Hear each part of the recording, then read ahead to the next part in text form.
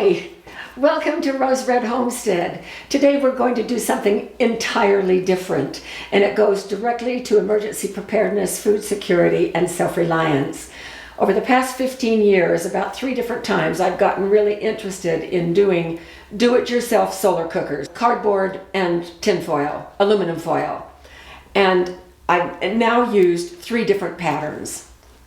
Today we're going to show this pattern, which I think is probably the best one, and something that you can do yourself that will do some solar cooking.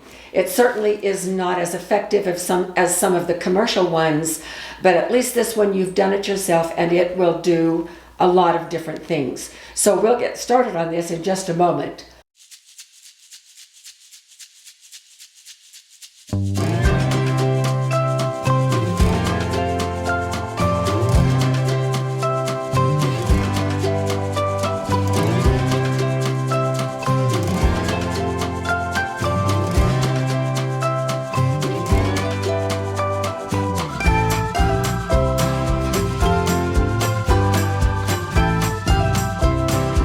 So this is made out of cardboard.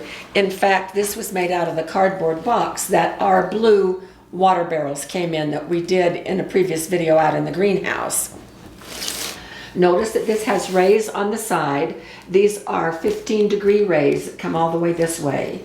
This has a little flap that opens this way for a little bit of stability and also to help direct the rays of the sun. Now the points right here are a little bit low, but you can also flip it around this way, and now the points are quite higher. So when the sun is higher in the sky, you'll use it this way. When the sun is lower in the sky, you will use it this way. Now the original design for this was developed by a university professor at BYU, and it was taken to third world countries and tried out, and people were able to do quite a bit of things with it. However, others have taken that very same beginning and have really improved upon it, and this is one of those. I will be putting the link to this particular design at the bottom of the video so you can print off this person's copy of the plans. We're going to pretty much follow his plans exactly. And so I'm going to now set this behind me. You'll notice that we are at a different bar in our kitchen, a different angle. This is our a great big bar as opposed to this one, which is where I usually am. So I'm going to put this over here. And we will now talk about the materials. So what you need to make this is a couple of pieces of cardboard. And it works really well if you can use, like this used to be part of the box that our blue barrels came in. So this is 2 sides and 2 flaps. And I've cut them down to size. The original pattern says 50 centimeters, which is the same as 20 inches. So you need a square, and it doesn't have to be this big.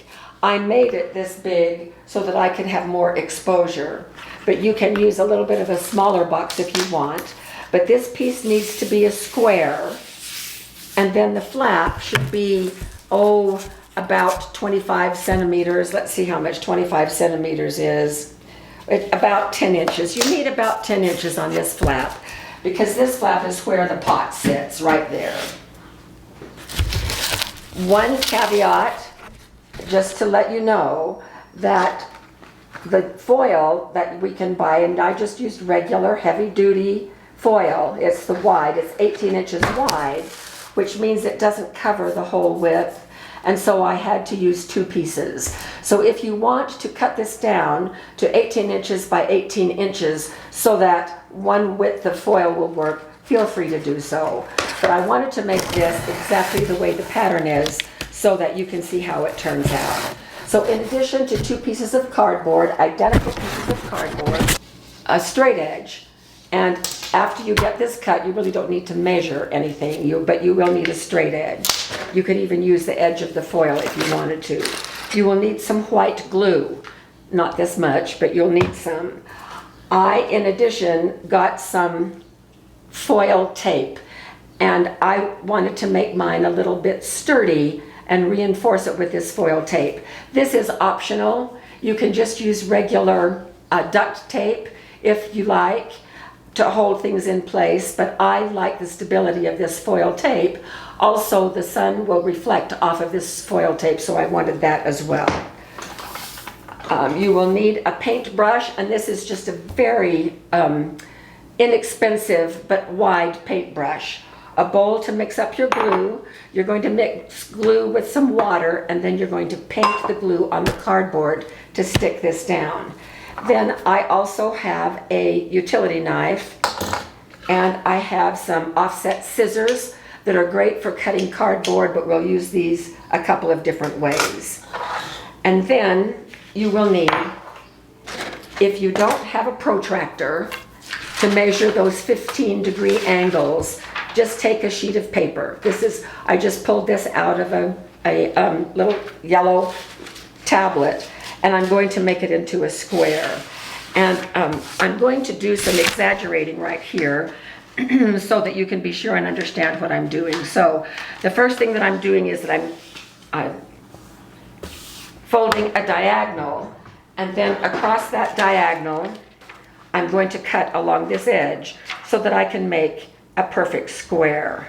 And this is how we're going to start making our 15-degree rays. All right, so now we have a square with one diagonal line. And now I'm going to fold it in half the other way. Now that I've done the folding, there is a fold line here and there is a fold line across here. And I am going to put a little dot right there in the middle where those two meet. In addition to that, I'm going to mark this fold with a dotted line, and you won't need to do this. I'm doing it just so that you can see it a little bit better. Now then, you take this corner down here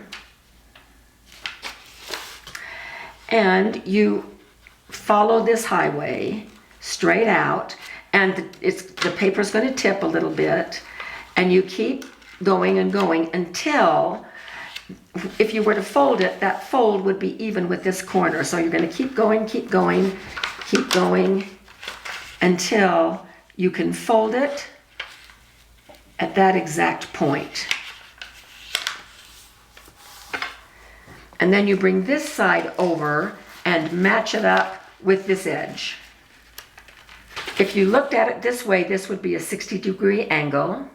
So when you fold it over and match that up, it is now a 30-degree angle. And you can now fold it in half one more time. It's almost like folding a paper airplane. And the folds are now 15 degrees apart. So I'm going to open it up. And then I want that marking, well, it doesn't matter. Then I'm going to mark with a slash line every one of those 15-degree angles.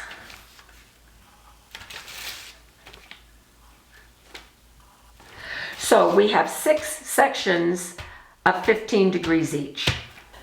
I'm going to make another dot right here at the fold between these two pieces, and the same on the other side, on the other piece. The flap now is to my left, and I'm going to put the point right here,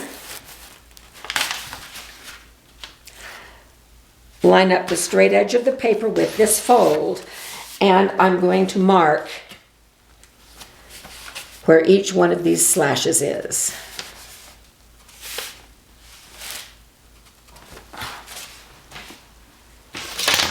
And with a straight edge, I am now going to draw lines between this dot right here and every one of those slash marks.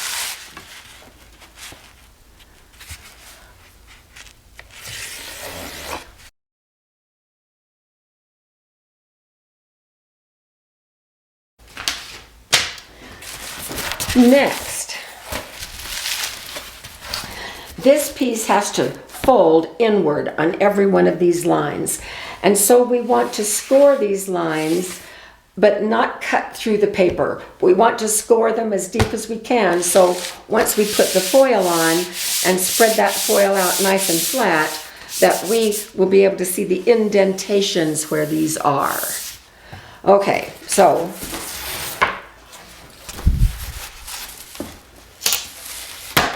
I use the straight edge to help me again so that I don't get off track. And I just take these offset scissors, point down, and push in pretty hard, and just go all the way down.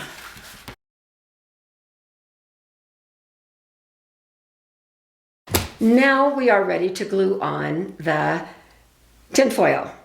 Now the original plan calls for you just to cover one face with the tinfoil. I keep calling it tinfoil, boy is that old-fashioned, with the aluminum foil. I put it on both sides because I wanted mine to last a long time. But you can do what you want to. As you're preparing the foil, you want to overlap the edges a little bit so that you can flop it to the other side. And then on that other side, you can tape it, you can glue it. It has to be, the whole face has to be glued down tight. So this is going to take us 2 pieces of foil. All right, so now I have 2 pieces of foil about the right size. I'm going to set them to the side. And then I'm going to put glue all over this piece. The minute I do that, and the minute that I start gluing it down, the cardboard is going to buckle up. I don't want that. And so I'm going to pull some food storage containers from my pantry to weight it down. Okay, I have about a half a cup of water in the bottom of this bowl. I just want to thin down this glue a little bit so it will be easier to spread.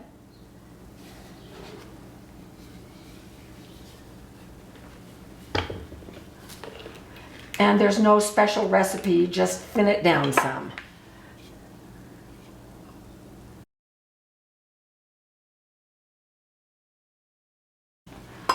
All right, now I'm going to bring a sheet over.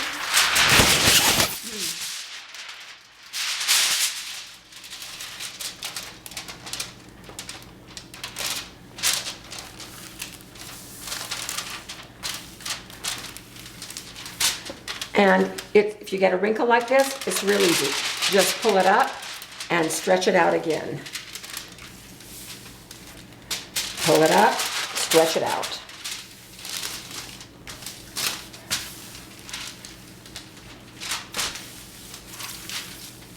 Now, I've gotten some glue on the front here that's going to interfere with the reflecting.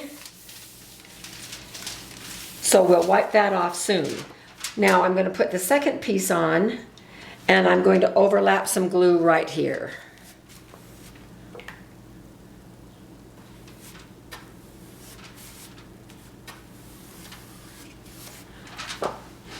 And then I will bring that over to about right here. And smooth it out just as smoothly as you can.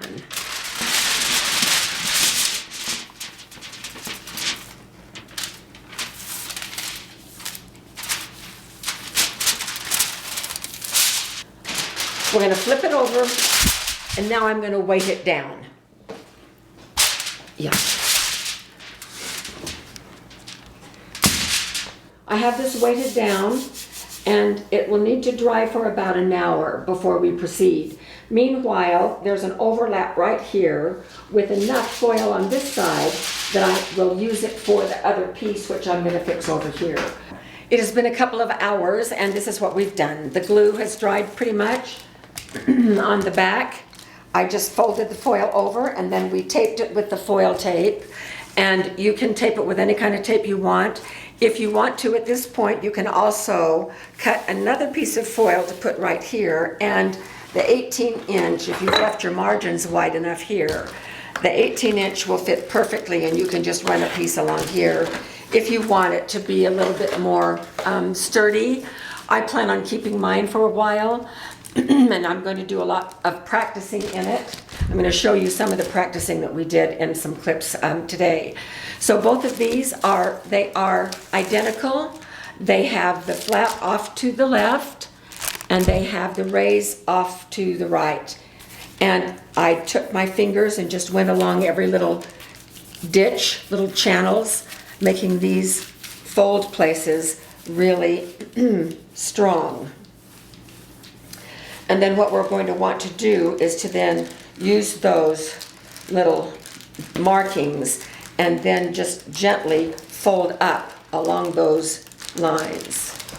And I have little places like this where the glue has come loose and it's not down all the way. So if there's no glue there, then what I'm going to do is just take a piece of this foil tape and tape across wherever I have places where the glue isn't holding, or where it dried before I put the foil down.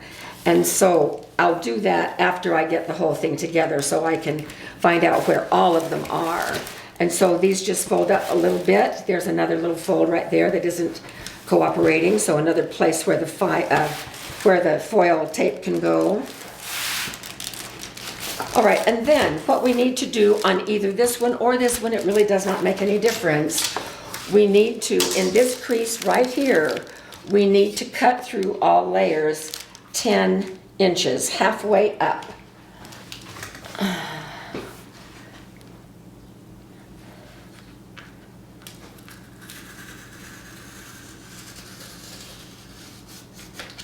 And what that is this little flap right here.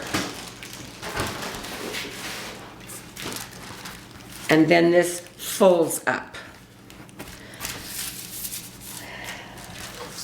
All right, the next step is to put it together. So this can look complicated, but it isn't if you follow this quick way how to do it. Notice that I have these two layered right on top of each other with the rays facing the same direction, just like two flat pancakes. Here's my flap right here. So the flap goes on the top, and then all you're going to do is to rotate this one this way and pull it down here, so that now on this corner we have rays going this way, and on this corner we have rays going this way. And then we're going to bring it up like a box, and we are going to tape this piece to this piece from the top to down where the flap comes. Now do that again so you can see it again. So you have them layered like pancakes with the one with the flap on the top. Then you are going to just turn it one rotation to the left and then bring it down to where the corner where these rays go off across. Here is the very same point where these rays go off. Then you're going to bring this side up and you're going to fold this in like this, just like making a box again, and put this together, and we're going to tape from here to where the fold hits. So now that you have it in this box shape, then I'm going to hold both pieces together and lay them flat. And I'm going to tape from the top to where this one folds up, which is right to here. It is more important that these two corners align than it is the tops here. So I'm lining up those corners, and then I'm just going to put that tape right here across the seam.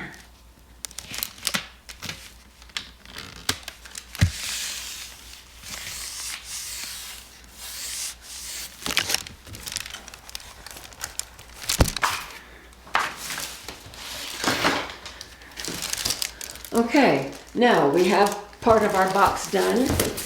Then, as you can see, the last piece that needs to be taped is this side to the bottom. So right down across this seam right here. And I'm going to lay it on its side, and we will do that one as well. And for this one, I'm going to need Jim's help. And so we're going to turn the camera off and get this piece done, and then we will come back. We are almost like the beginning. We have a couple of more things to do because this isn't laying out like the other one is. I have not yet folded up this side right here, so I just need to bend these.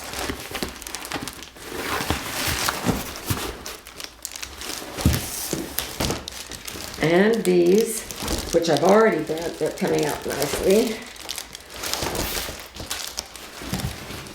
So this is more like it, like this. And then this just comes into the front to give it a little bit more stability. And we have a finished solar cooker. And it is ready to use right now.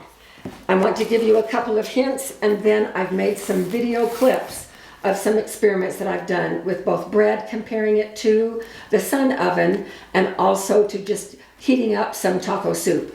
Those are just the first two of my experiments with this. I will be showing you others as well. I want to get this to the point where it is a really good way, dependable way, even though it will take longer, but it will be a dependable way to do solar. So let me just show you a couple of things. And I still have a little bit of repair work, and you will too. Don't worry about the little dings on this. They're very easy to fix, especially if you get this foil tape. And I will put a link to where I got the foil tape down below the description of this video. I'm going to set this one aside and bring this one over. These 15-degree angles are focusing the rays of the sun right down here. And the sun would be low in the sky if you're going to use it this way. When the sun gets higher in the sky, you're going to want to flip it around this way, where these points are elevated more higher, and it will work better that way too. What you want to do here, all this does is just focus the sun's rays. So we need to have something in place to cook in that will capture those sun's rays and then not let the heat out. And so dark colored pans with glass lids are the very best. This is the one that I used to heat up our taco soup, and then cooked it right here. Now still, this isn't as good as it could be, because even though we now have an object to capture the rays of the sun, we need to trap those rays. And a greenhouse is the very best. And so this is a turkey cooking bag. It is heat resistant plastic. And so if we do it this way, and then I just tie it closed with a string, and then we cook this way, it heats up hotter and maintains that heat longer. It was just fine for the taco soup. It worked perfectly. I would love to be able to figure out how to do bread in this one. And my first attempt was not a good one. You'll see it in the video clip. I put bread in this Bain Marie pan. It proofed all the way up to the top. Then I used this black pot with a glass lid as an oven and put it down in here after I had preheated this for about 2 hours. It took about 2 hours to get it to the hottest that it would go. And it really didn't even hit 250. And so I knew that I was taking a chance, but I put the bread in here anyway, put the lid on, and then covered it with this turkey cooking bag.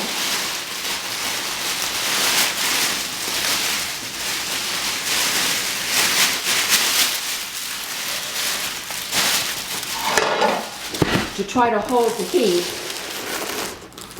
and the bread continued to proof and proof until it was way overproofed, and it never did get done. It was gooey still on the inside, and you'll see it on the video clip. But just know that I am continuing to work on how to better use this, and we'll come back again soon with some more cooking successes with this do-it-yourself solar cooker. The bread has been in here for an hour and a half. It started out at 210 degrees. It's now down to 167 degrees inside the little pot. So let's check the bread.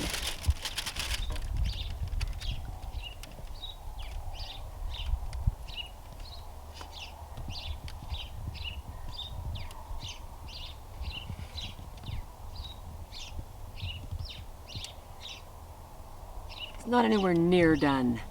So an hour and a half, still going. We may not be successful with this loaf of bread here. We'll keep trying. This one is much hotter.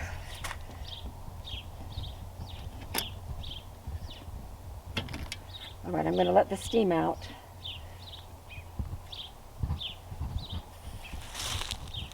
$300. Actually, it's dropped. It's about 280. Let's see what it's now. Oh yes, this bread is done. So we're going to remove it from the oven and take it inside. So the temperature now inside the pot is 163 degrees. So it continues to cool down. It's 3:30. It's been in for 2.5 hours. So we're just going to take it out. This is barely warm. Just coming out of this pot. I can hold it in my hands with no trouble at all. It did not get done, even though it did proof nicely and the crumb looks good. I can just tell that this crumb is not, it doesn't spring back the way this does. I can leave my imprint in there. So it isn't done at all. It would be really gooey. So not the most ideal way to bake bread in that little solar cooker, but it really is good for other things, as we'll find out in our next video clip. It's another blue sky, full sun day, and we are still testing our do-it-yourself solar cooker right here. It is 50 degrees out here, and this has been out here for 2 hours.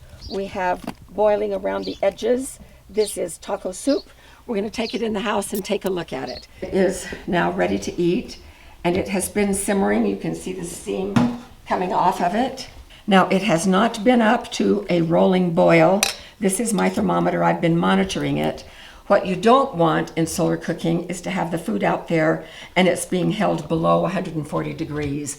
It has to be up above 140. This got all the way up to about 165, and it is steamy hot, and it is now ready to eat. So I just dished up a little dish of this. I want it, it's hot to the touch. Ooh, it is hot to the touch, which is good. We want our food to be hot, but I thought that I would just taste it to be sure that it is eating temperature.